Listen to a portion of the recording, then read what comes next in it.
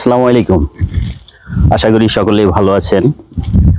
আমি গতকাল আসছি সিরাজগঞ্জে। নেটওয়ার্কের খুবই সমস্যা। যে আত্মীয়র বাড়ি আসি, আসলে এলাকায় সব টিনের ঘর বাড়ি তো, যার কারণে নেটওয়ার্ক ওইভাবে ঘরের ভিতরে ঢুকলে পাওয়া যায় না। গতকাল থেকে খুবই সমস্যার মধ্যে এই নেটওয়ার্ক নিয়ে। যাই হোক, এখন যাচ্ছি স্যালো মেশিন ডিপটি কলে গোসল করতে। এই যে ধান ক্ষেতের মাঝখানছি দেখেন,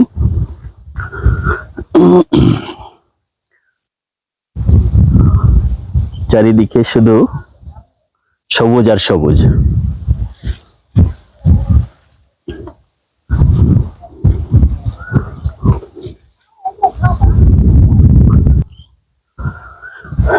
যাই হোক, দেখতে থাকেন। গোসল করার পর্বে যায়, তারপরে আবারও দেখা হবে। এই যে দেখেন, এখানে আছে বেগুন লাগানো, বেগুন ক্ষেত।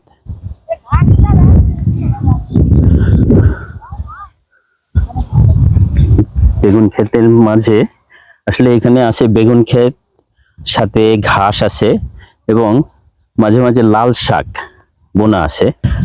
এগুলো হচ্ছে আরেক রকমের ঘাস। এখন সাধারণত অনেকেই এই ঘাসের চাষ করতেছে গরুর জন্য, যেহেতু প্রতিটি বাসা বাড়িতে এখন গরুর খামার করতেছে। খুবই ভালো উদ্যোগ। সেই ক্ষেত্রে এই ঘাস লাগানো গরুর খাবারের ব্যবহারের জন্য। এই যে বেগুন ক্ষেত, ফুল আসতেছে।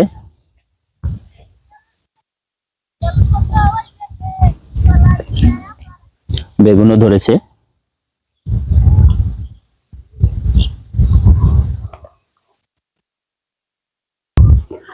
আর এই যে আসতেছে, ওই যে দূরে দেখা যাচ্ছে, এখানে আমার বড় আপা আছে এবং যে আত্মীয় বাসায় আসছি তারা।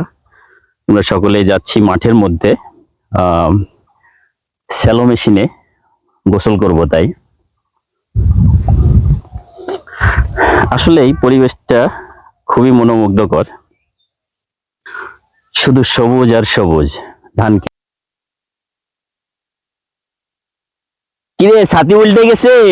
প্রচন্ড রোদের কারণে ছাতি মাথায় দিয়ে আসতেছিল, তবে বাতাসে পুরো ছাতিটাই উল্টে গেল। আসলে অনেক বছর হয়ে গেল যে এই স্যালো মেশিনের পানিতে, ডিপটি কল বলে, এই পানিতে অনেক বছর ধরে গোসল করিনি। সেই ছোটবেলায় করেছি, আজকে আবার সেই সৌভাগ্য হচ্ছে।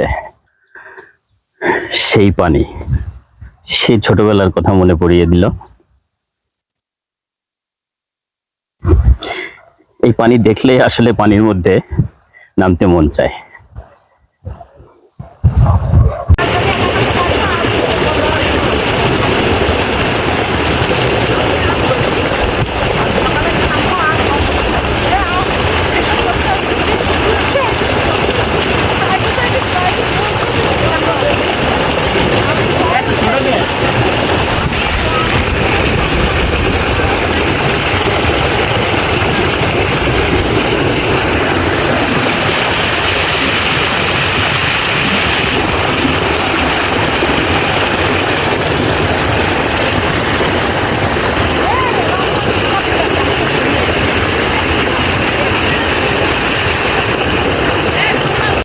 গোসল করা শেষ,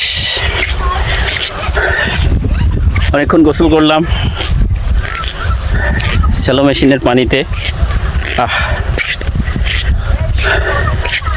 সেই রকম ভালো লাগলো, ঠান্ডা পানি, ছোটবেলার স্মৃতি, সবকিছু মিলিয়ে। আসসালামু আলাইকুম, ভালো থাকবেন।